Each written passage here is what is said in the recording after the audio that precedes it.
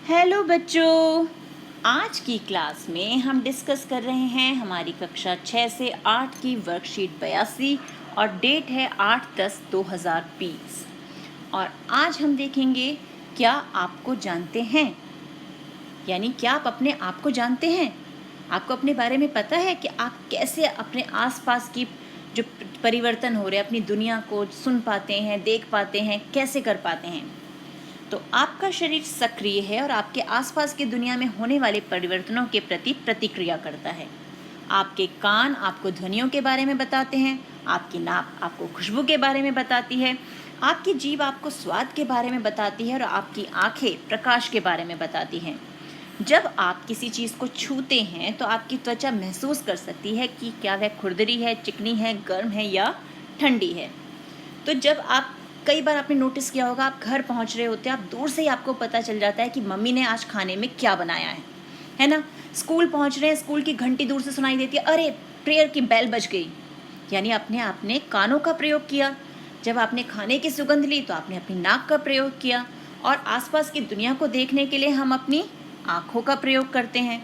और कई बार किसी चीज़ को उठाते हैं और देखते ये तो गर्म है, यानी हमने तब अपनी त्वचा का जो है उसका यूज़ किया। और जीभ से तो हमें पता चलता है कौन सी चीज़ खट्टी है, मीठी है, कड़वी है, स्वाद कैसा है। ये सब चीज़ें हमें कौन बताते हैं? हमारी जीभ। तो ये सब हमारी इंद्रियां हैं, इन्हें हम बोलते हैं ज्ञानेंद्रियां। क्या बोलते हैं? ज्ञानेंद्रियां, यानी ज्ञान वाली इंद्रियां जो हमें ज्ञान बताती हैं कि हमारे आसपास क्या वस्तुएं हैं। तो ये हमारी 5 होती हैं। हमारी कौन कौन सी हो गई? नाक, फिर कान, फिर आँखें, और क्या देखा हमने? जीभ। और 5वीं ज्ञानेंद्रिय है हमारी त्वचा।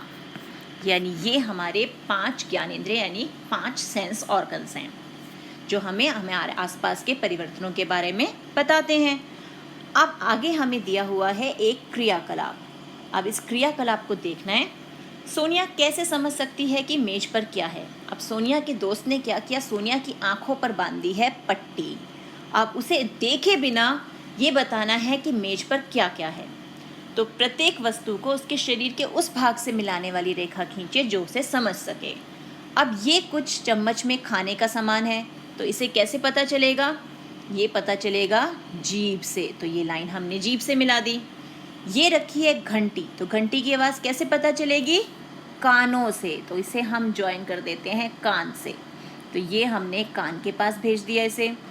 और ये हैं कुछ फूल, तो फूलों को कैसे पहचानेगी सोनिया?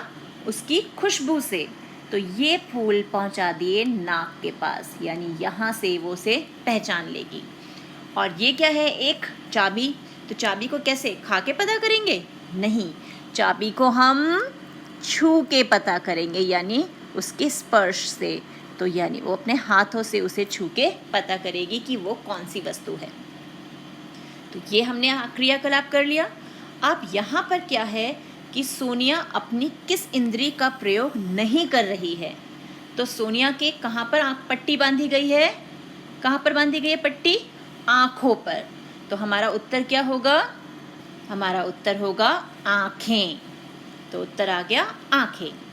अब देखते हैं आगे क्या है। आगे हमें प्रश्न दिया है, अगर कोई दोस्त आपकी आंखों को मूंदकर आपको अलग अलग वस्तुएं पकड़ाए, आपकी स्पर्श की इंद्रियां उन्हें कैसे पहचानती हैं? क्या आपने अपनी अन्य इंद्रियों का उपयोग उन्हें पहचानने के लिए किया है? अब आपको आंखें बंद कर दी गई हैं आपकी, और आपको सामान पकड़ाया जा रहा है, और आपको स्पर्श यानी त्वचा अपने हाथों से उसे महसूस करके बताना है कि वो क्या चीज़ है। और ये भी देखना है कि क्या इस कार्य को करते समय आपने दूसरी इंद्रियों का भी प्रयोग किया है।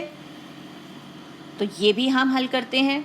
तो हम वस्तुओं को उनके आकार, कठोरता व ठोस द्रव आदि को महसूस करके पहचानेंगे कि वस्तु को हम छू के देख सकते हैं उसका आकार कैसा है, वो कठोर है या नरम है, ठोस अवस्था में है या द्रव अवस्था में है।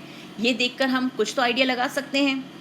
हाँ, और फिर कि क्या हम उन्हें अन्य इंद्रियों का भी उपयोग कर रहे हैं उन्हें पहचानने के लिए? हाँ, उन्हें पहचानने के लिए हम अपनी नाक, कान व जीभ का प्रयोग भी कर सकते हैं। तो ये है हमारी आज की वर्कशीट। ये जो क्रियाकलाप सोनिया के साथ किया ना, आप भी अपने घर में अपने भाई बहन या अपने मित्रों के साथ करना। आंखों पे पट्टी बांध देना और उनके हाथ में तरह तरह की चीज़ें देखकर पूछना कि वो उसे कैसे पहचानते हैं। बहुत मज़ा आता है जब वो चीज़ कोई और होती है और उसके कई नाम बताए जाते हैं। तो मिलते हैं एक और वीडियो में, तब तक keep practicing and keep enjoying.